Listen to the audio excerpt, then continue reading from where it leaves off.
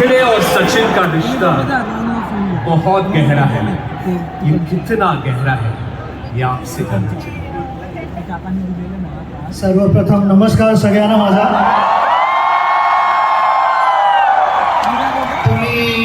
तुम्ही विचार करत असाल की माझ्या हातात पाण्याची बॉटल का आहे।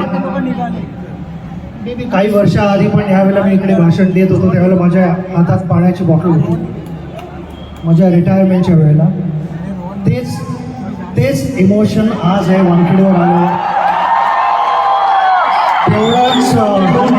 तेवढंच प्रेम तुम्ही आजही मला दाखवताय ह्याबद्दल धन्यवाद। 50 वर्ष पूर्ण झाली। 50 वर्ष वानखेडे असल्याचा फायदा होतो।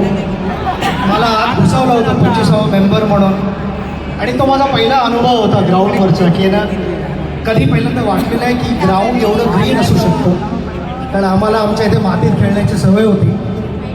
तर त्यावेळेला मला वाटलं की एक दिवस मी पण ह्या इथे येऊन खेळायला हवं आणि तिथे माझी वानखेडे बरोबर एक नवीन प्रवास जो आपण म्हणतो दॅट स्टार्टेड।